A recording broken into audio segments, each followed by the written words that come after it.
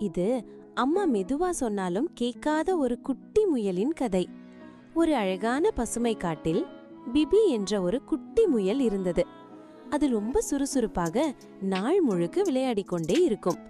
ஆனா அதுக்கு ஒரு சிறிய பழக்கம் இருந்தது. அம்மா மெதுவா சொன்னால் அது கேட்கவே மாட்டாது. ஒவ்வொரு நாளும் அம்மா முயல் அன்பாக சொல்வாள், பிபி வாமா சாப்பிடலாம். ஆனா பிபி இன்னும் விளையாடிக் கொண்டே இருக்கும்.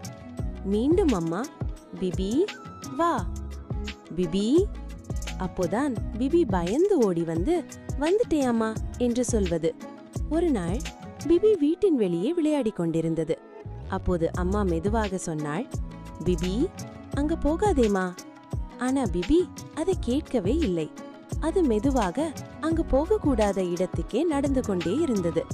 மீண்டும் அம்மா, பிபி அங்க போகாதே. அப்போதான் பிபி நின்று சரி அம்மா என்று திரும்பி வந்தது. ஆனா அது இன்னும் புரியவில்லை, ஏன் அம்மா மெதுவா சொன்னாலே கேட்கணும் என்று. ஒரு நாள் பிபி ஆற்றங்கரையில் சந்தோஷமாக விளையாடிக் கொண்டிருந்தது. அப்போது ஒரு சின்ன குரல், பிபி அருகே போகாதே. அது ஒரு சிறிய பறவை. அது அன்பாக மெதுவாக சொன்னது. ஆனா பிபி கேட்கவே இல்லை. அது இன்னும் அருகே போனது. இன்னும் இன்னும். சபாஷ்! பிபி தண்ணீரில் விழுந்தது.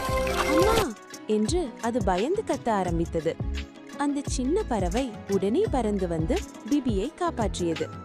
பிபி மெதுவாக கேட்டது, நீ சத்தமா சொல்லலையே, ஏன்? பறவை சிரித்து கொண்டு சொன்னது, நான் உன்னை அன்பால் சொல்லினேன். ஆனா நீ சத்தம் கேட்டால்தான் கேட்கிறாய். பிபி அமைதியாகிவிட்டது. அந்த மாலை அம்மா முயல் மெதுவாக சொன்னாள், பிபி இங்கே வா. இந்த முறை பிபி உடனே ஓடி வந்தது. அம்மாவை அணைத்து கொண்டு சொன்னது, அம்மா இனிமேல் நீ மெதுவாக சொன்னாலும் நான் கேட்பேன். ஏன்னா அது அன்போட வரும்.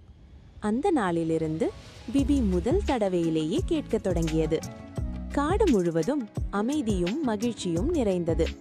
அம்மா எப்போதும் மெதுவாக சொன்னாலே அதை கவனமாக கேட்க வேண்டும். அப்போதுதான் அம்மாவின் அன்பு நமக்கு புரியும். நாம் நல்ல குழந்தையாக இருந்து முதல் முறையிலேயே கேட்போம், சரியா? இந்த கதைய உங்க சுட்டீஸுடன் பகிர்வீங்களா? கமெண்ட்ல சொல்லுங்க. இப்படி பல அழகான கதைகள் வேணும்னா லைக் பண்ணுங்க, ஷேர் பண்ணுங்க. எங்கள் சேனலை சப்ஸ்கிரைப் பண்ண மறக்காதீங்க.